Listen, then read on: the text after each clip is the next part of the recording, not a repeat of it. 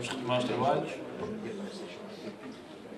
Em primeiro lugar, queria transmitir que estou aqui Raposo, sou Presidente da Câmara da Amadora. Digo há pouco, teve um problema familiar que impossibilitou a sua presença neste painel. Entendemos que seria, depois de falar com os dois oradores seguintes, embora com temas distintos, podiam já estar sentados na mesa para começarmos as próximas duas intervenções. Com a concordância de ambos, vamos avançar nesse sentido. Primeiro com o Dr. Rui Rio, para falar sobre atribuições e competências autárquicas para o fim da década. O Dr. Rui Rio dispensa que eu faça qualquer tipo de apresentação, sou Presidente da Câmara do Porto desde 2002, licenciado em Economia, 55 anos. Estamos ansiosos por ouvir. Não vou tomar mais a palavra, vou passar a já.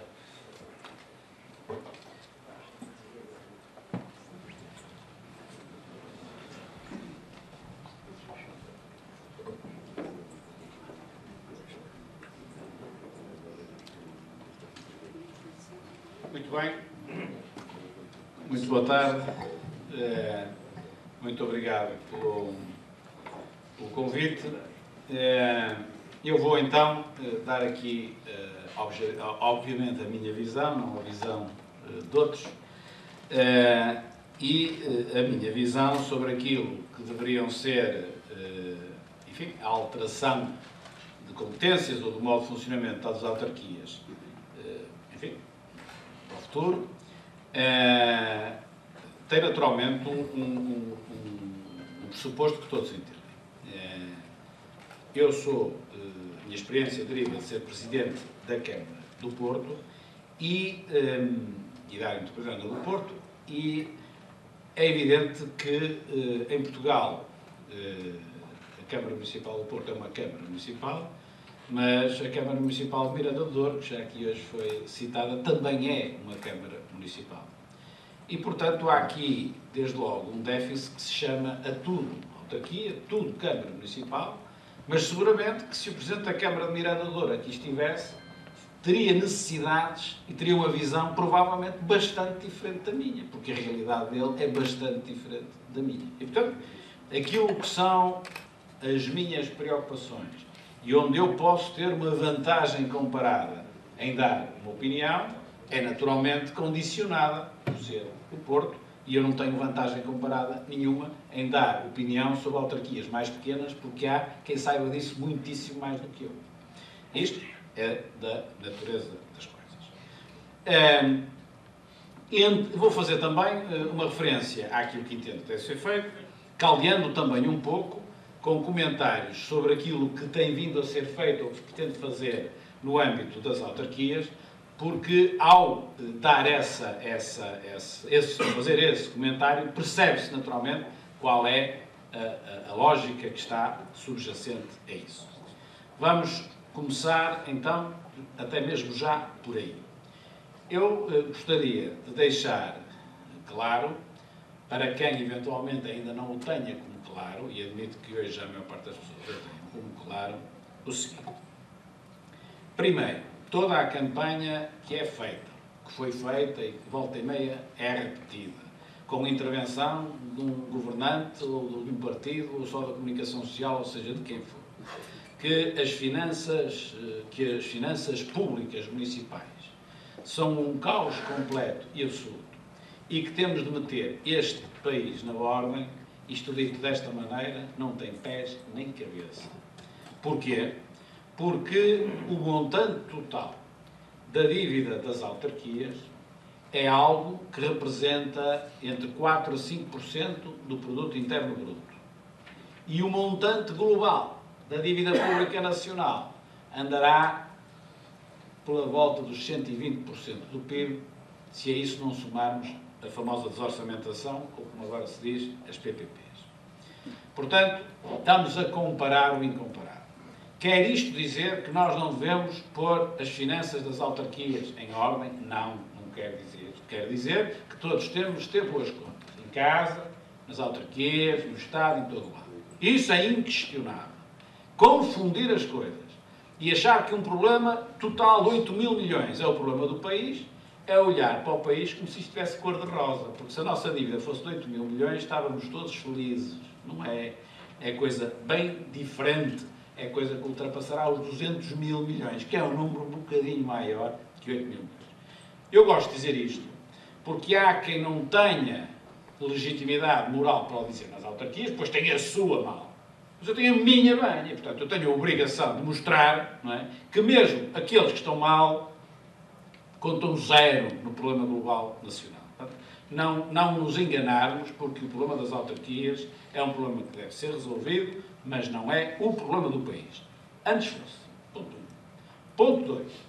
De cada vez que se fala em cortar despesa numa autarquia, em que o Estado Central, em nome da crise e da despesa pública e do orçamento do Estado, dessa coisa toda, faz uma lei, uma regra qualquer, para cortar despesa num orçamento municipal, é bom que se perceba que o efeito que esse corte de despesa tem no orçamento gerido pelo professor Vítor Gaspar é zero. É rigorosamente zero. É exatamente equivalente eu ir comprar um fato, normalmente gasto 500 euros e passo a gastar 400. Os 100 euros valem zero no orçamento de Estado, é no meu orçamento pessoal. E eu é que ganhei 100 euros para depois ir jantar fora. Mais que uma vez, não é caro. Não é? Agora, no orçamento de Estado vale zero. Quando eu poupo no meu orçamento 1 milhão de euros, isso vale zero, tecnicamente vale zero no orçamento de Estado.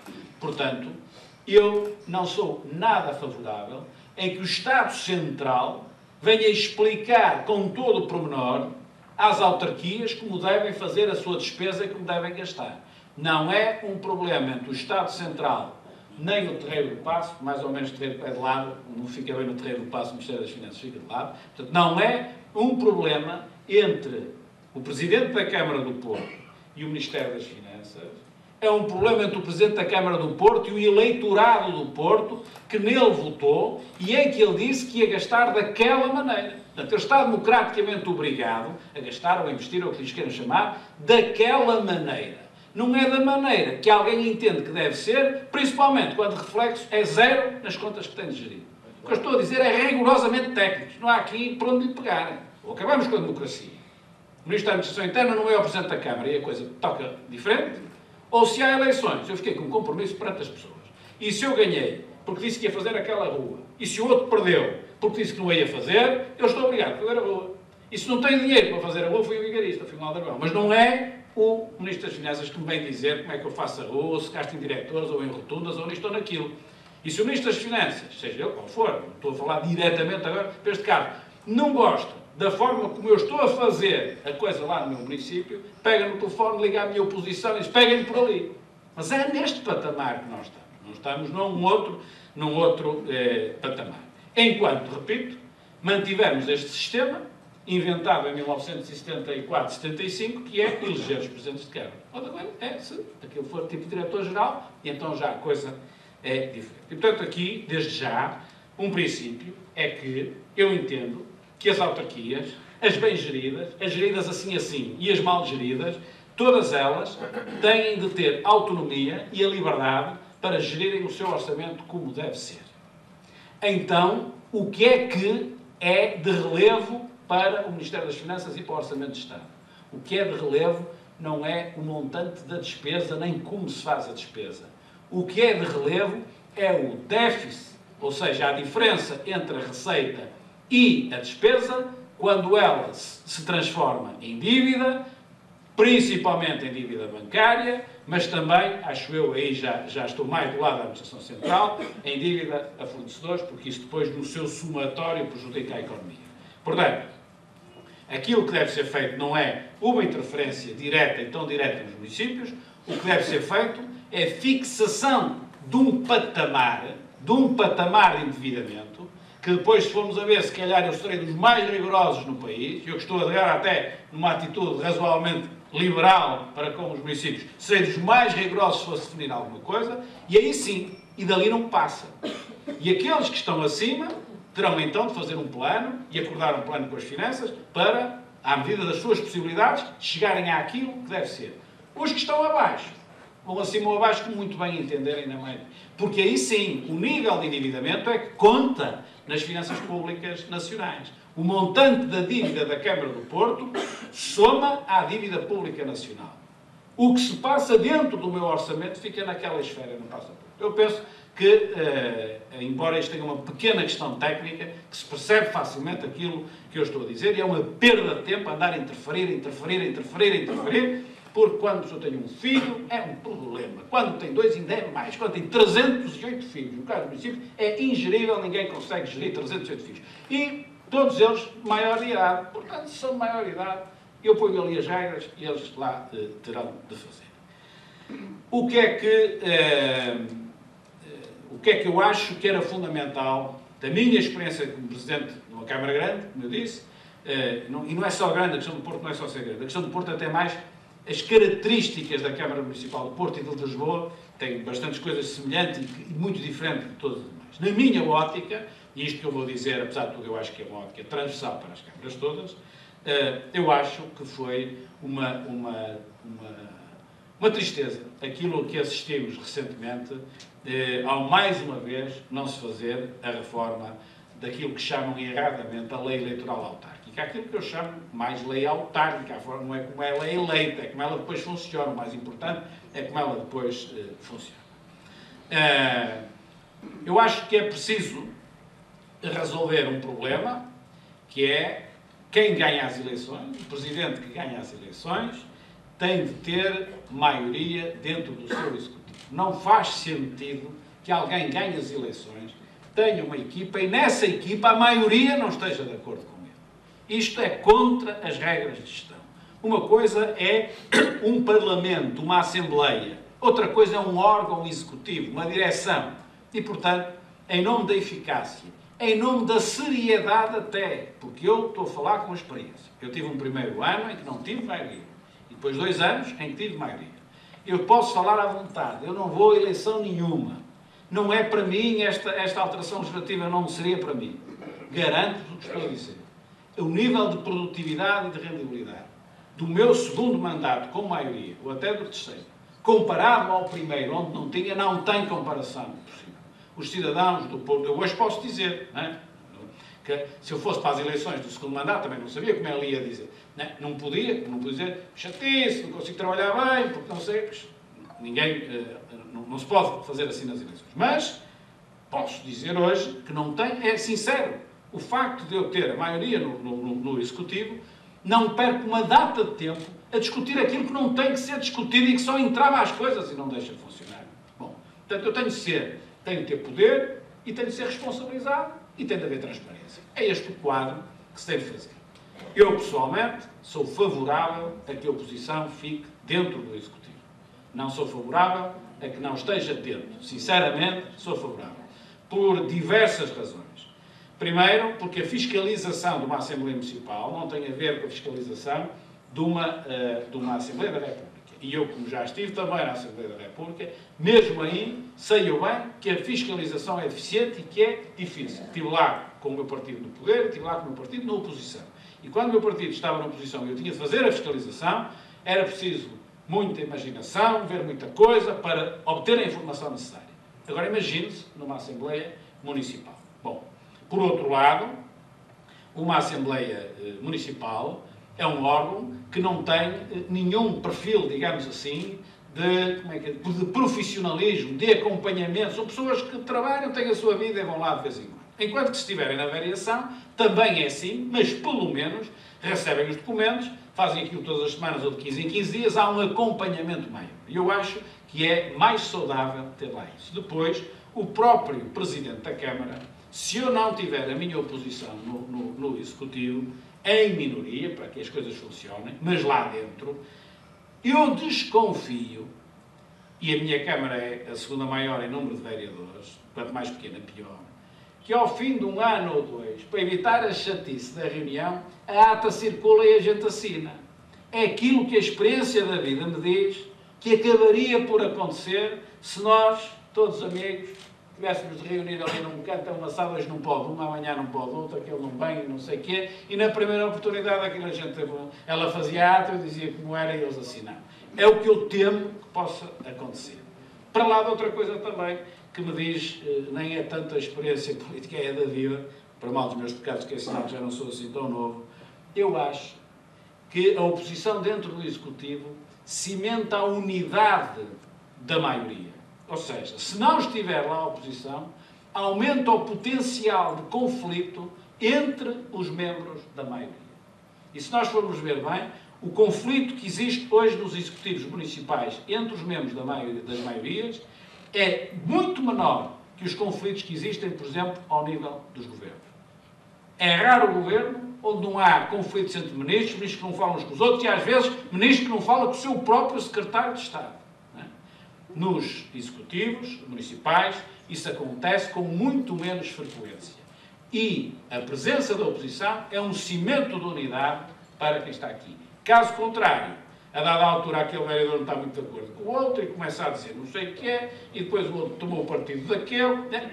Diz-me a vida, a experiência da vida. Ou seja, eu não ia por esse caminho, posso não estar, posso não ter razão, pode a prática ensinar depois coisa diferente do que eu estou a dizer, mas eu acharia prudente não ir por aí. E depois acho, naturalmente, esta é que é a parte principal, ter a maioria e escolher o vereador. Quer dizer, isto não faz sentido nenhum. É um absurdo. É até uma falta de inteligência.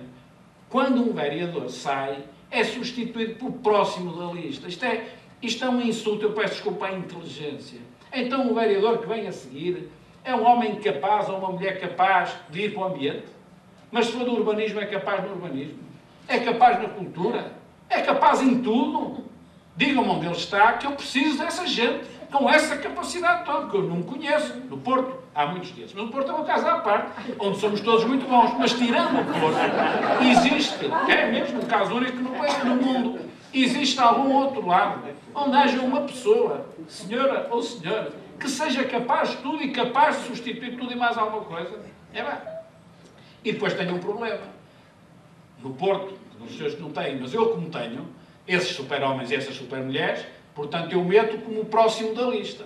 E já sei que tenho o super-homem no próximo da lista. Pois está bem, mas não me dizem o resultado das eleições antes e eu não sei qual é o próximo da lista. Portanto, para ser coerente, diziam assim, o resultado eleitoral é este, faz lá as tuas contas para o próximo da lista. Dizem, eu vou meter 6, ou 7, ou 8º. Não me dizem o resultado, como é que querem que eu faça isto bem? Então, tenho de me dizer o resultado. Portanto, isto há aqui uma incongruência que eu não vou dizer que vem de 1976, porque eu percebo que no contexto de 76 isto fazia um sentido, teve o seu papel, e teve até um papel positivo de chamar mais gente à atividade política. Acho que sim, se calhar em 76, não fui chamado a nada disso, era também muito jovem, mas se calhar, eu que hoje estou a dizer isto, transportado a 76, se calhar dizia diferente, porque a realidade é diferente.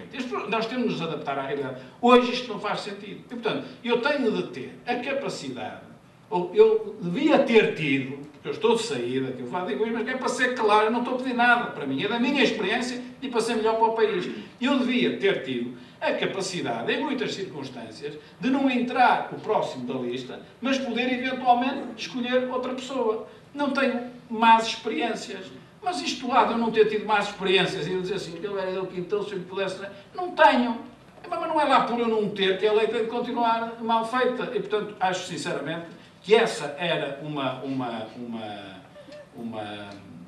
reforma essencial para dar, digamos, qualidade, mais dinâmica, até mais transparência à gestão municipal e mais ainda.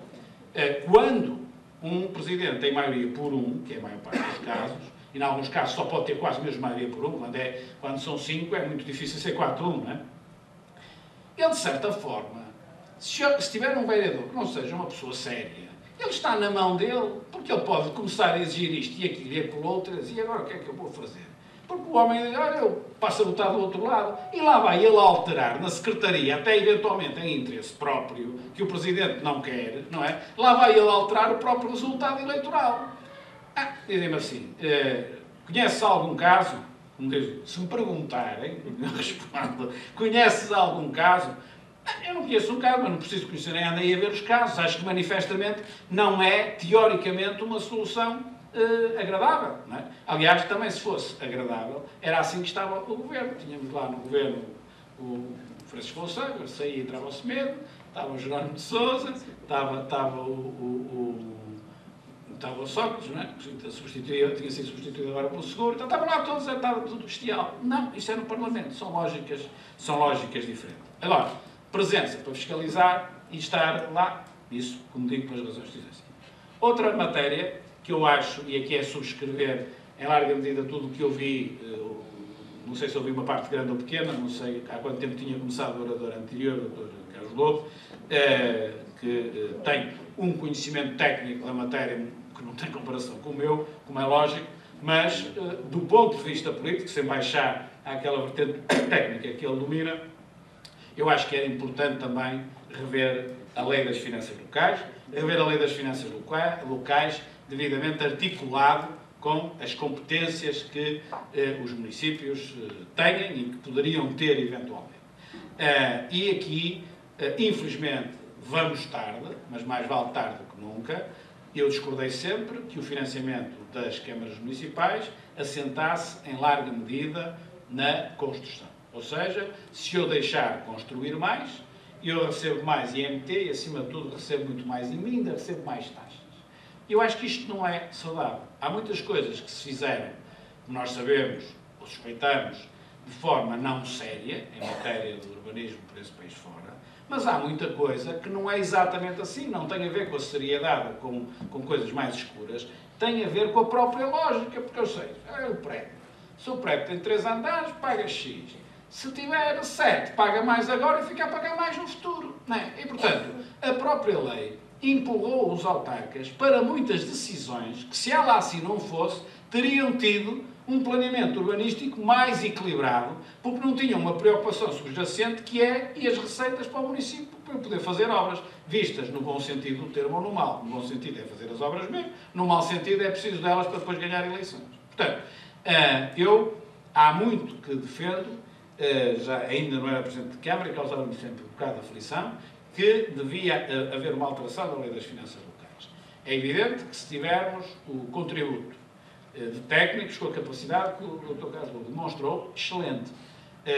Mas, ao meu patamar, que não sou técnico de fiscalidade, aquilo que eu diria é que, em vez de os municípios terem o IMI e o IMT, os municípios passariam a ter uma percentagem de todos os impostos cobrados no Conselho.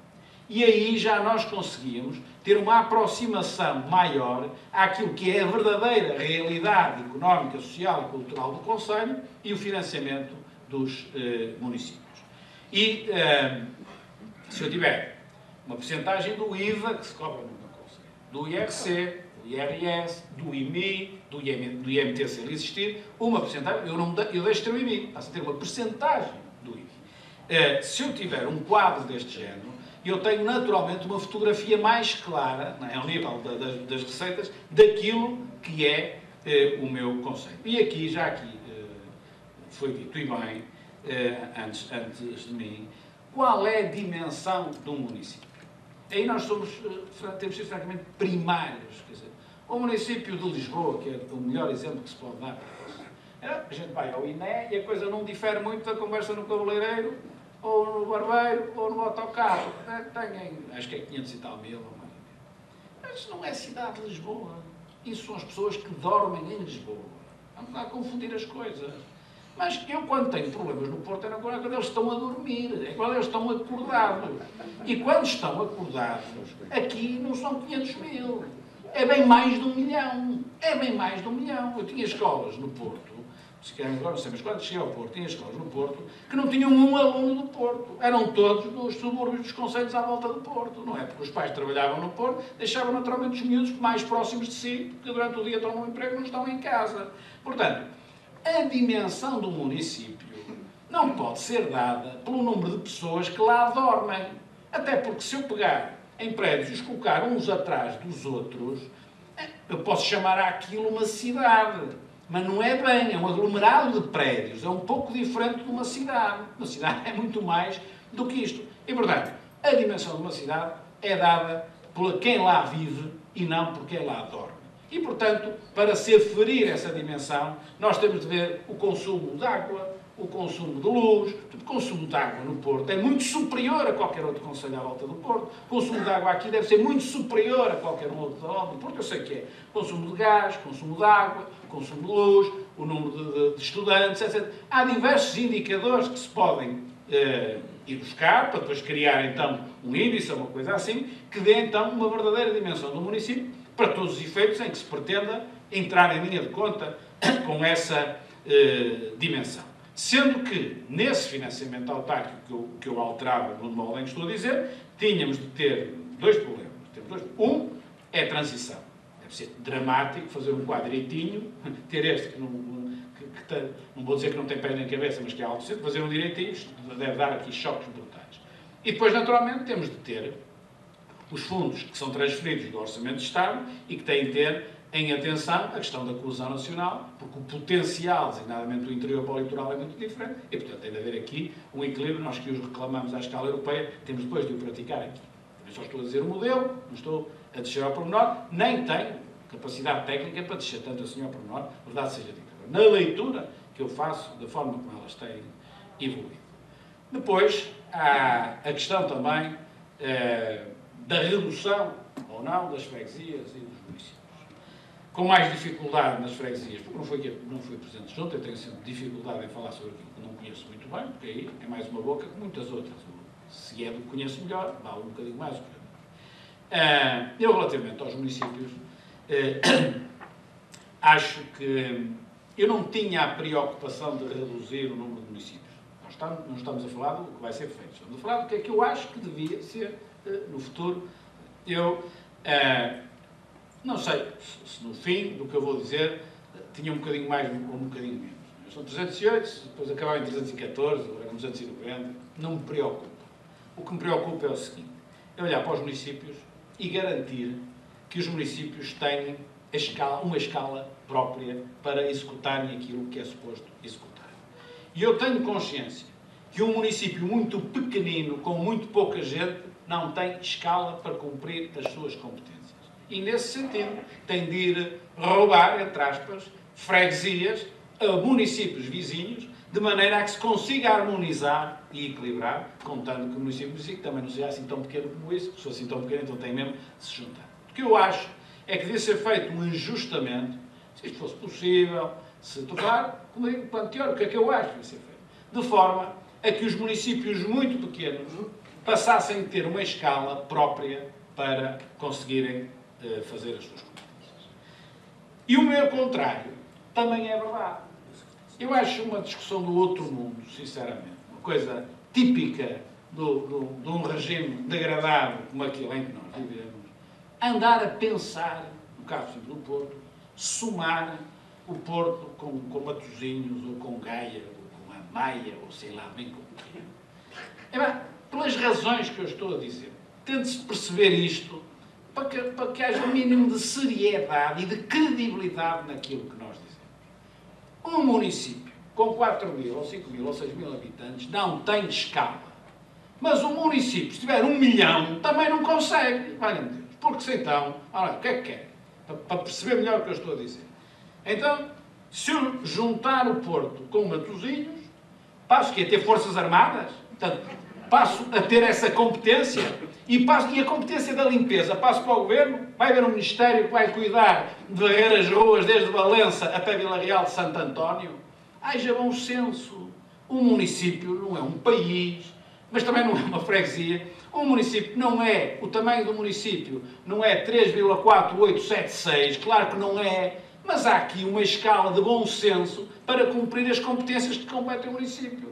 É lógico que eu não vou ter forças armadas que não têm pés nem cabeça, isso é, à escala nacional, como também não tem pés nem cabeça por à escala nacional cortar a raba dos jardins todos do país. Portanto, o município muito pequenino não tem, mas se eu começo a somar muitos municípios, para poder dizer, bem, eu tenho muitos eleitores, falo mais grosso contra os mouros que estão lá em baixo, não é? Isto não tem pés nem cabeça, desculpem-me que diga, eu acho que é um sintoma do Estado a que o país chegou e o regime chegou, estar a discutir semelhantes coisas. Um município não existe para berrar contra ninguém, um município existe para gerir direitinho aquilo que lhe compete gerir. E por isso tem escala própria. Não é muito grande, não é muito pequeno. E o Porto é um município muito concentrado. Mas vai tendo 600 km de rua. Já dá para berrar muito contra a capital. 600 km de rua já se berra bem, não é? Portanto, não acho, nesta lógica da redução, provavelmente, ou seja, aqui de municípios, os ajustamentos que eu fazia eram ajustamento tentando dar uma escala aceitável a todos os municípios. Ou seja, se possível, aumentar um pouco aqueles que são pequenos, eventualmente diminuir algum que seja grande, isso não sei, mas há municípios que são grandes, digamos assim, do ponto de vista territorial, não é? Que depois não têm uma correspondência direta em termos de população. Neste quadro, eu via também que valia a pena pensar de forma calma, madura e não de forma bairrista, se realmente nós deveríamos, em Portugal, fazer duas coisas. Uma é a famosa regionalização, a outra, que é uma coisa diferente e que o Governo disse que queria fazer, mas agora dá-me a ideia que não quer fazer nada, também não tinha a certeza no princípio se queria, que é a criação de autarquias de nível superior, neste caso concreto até mais ligado ao Porto e Lisboa, que é a autarquia de nível superior, é passar a área metropolitana do Porto e a área metropolitana de Lisboa a autarquia. Portanto, assim como nós temos as tais câmaras que eu disse pequeninas, algumas pequeninas demais, assim como temos outras maiores, como possa ser, neste caso, o Porto, a verdade é que se nós recuarmos 100 anos e olharmos para o Porto há 100 anos atrás, as pessoas que vivem, para quem conhece o Porto, vou dizer, até podia ser melhor o exemplo do que aquele que vou dar, mas vou dar esse que as pessoas têm. Que as pessoas vivem na Foz, e já toda a gente percebe, quando iam à Baixa, iam ao Porto. Não iam à Baixa, vou ao Porto. Mas as de Lordelo, agora começa a complicar a coisa, e as de Aldoar também diziam, vou ao Porto. E ainda hoje há quem em Rogil diga, vou ao Porto, quando vai à Avenida dos Aliados.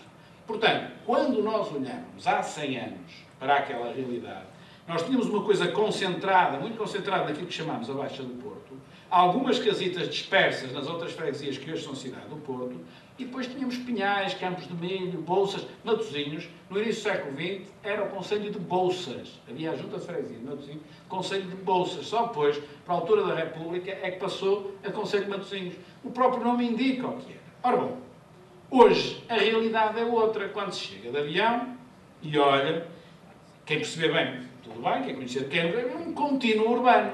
Não é? E, portanto, esse contínuo urbano tem problemas próprios que não existiam há 100 anos, porque ele não existia. E, portanto, a pergunta que se coloca e o estudo que se deve fazer é: há espaço para uma autarquia metropolitana que cuide de gerir aquilo que deve ser gerido em rede pelos municípios e que não é possível a cada um dos municípios, individualmente, articular-se devidamente com os outros. A Junta Metropolitana hoje do Porto, se entrarmos ali, eu não sou hipócrita para dizer que somos todos muito amigos, não é exatamente assim, mas enfim, já está a conversa e tal, alguns são mesmo amigos, outros não serão tanto, mas estou lá, eu é o que faço, tenho a obrigação de fazer o maior esforço, sou o presidente mas em primeiro lugar eu sou presidente do Porto, e depois há outro que é presidente da Maia, outro é presidente de Gueio, outro é presidente da Lobo, outro é presidente do centro.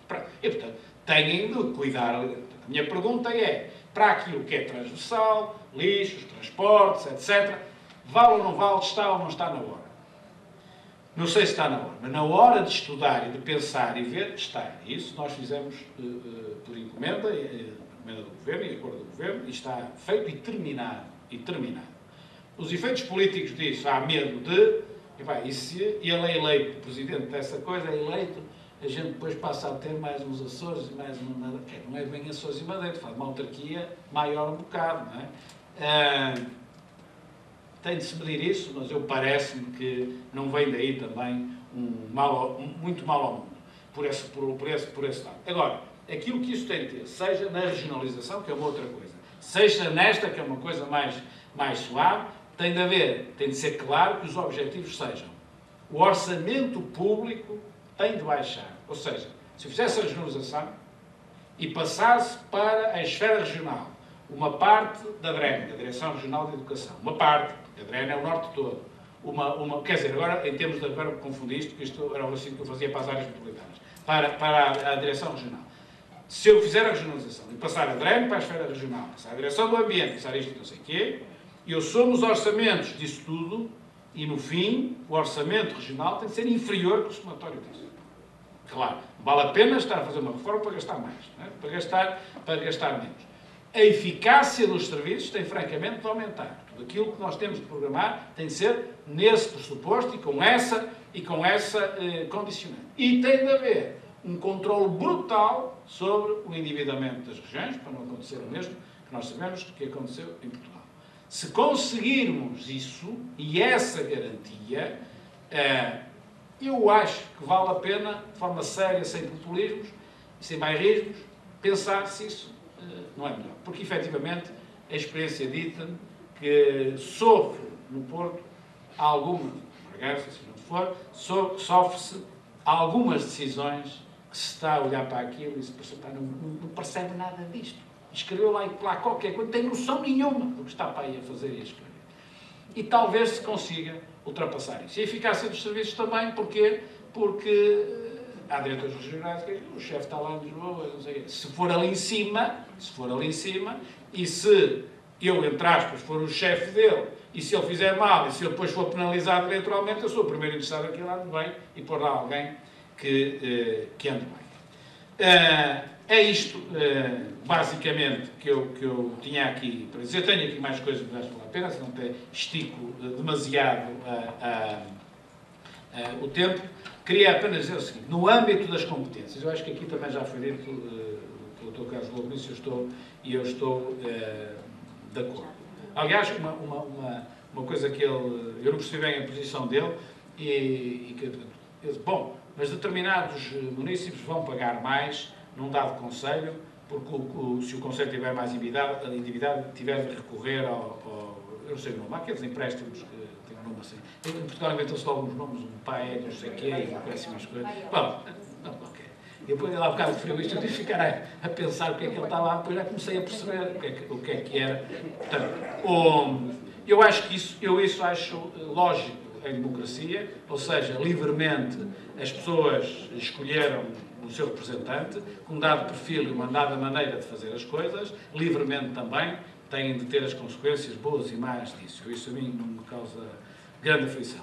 Como eu digo, a única onde me parece que as competências dos municípios podiam ser reforçadas, daquilo que é a minha experiência, é na área social. A área social, efetivamente, é onde eu acho que, seja as freguesias, seja particularmente os municípios, podem ter um papel mais ativo. Eu estive no Porto entre 2002, 2003 e 2006, um programa de combate à toxicodependência muito dirigido aos arrumadores, que depois foi aniquilado pelo Ministro Correia de Campos,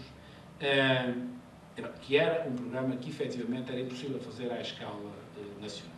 Porque o problema do arrumador às vezes nem é municipal, porque o arrumador já é da freguesia ou daquela rua, não é? E, portanto, se nós queremos ajudar as pessoas a esse nível, temos condições para ajudar, não pode ser lá de longe. Uma própria Câmara, às vezes, já é grande demais para esse efeito. Portanto, na área social, agora dei só um exemplo próprio que tenho no Porto, o que tive na área social, de assistência aos idosos, etc., é onde eu, sinceramente, acho que devíamos reforçar e passar mais meios e mais competências para os municípios. Há outras, mas esta é daquelas que me salta imediatamente à vista como lógica. Muito obrigado.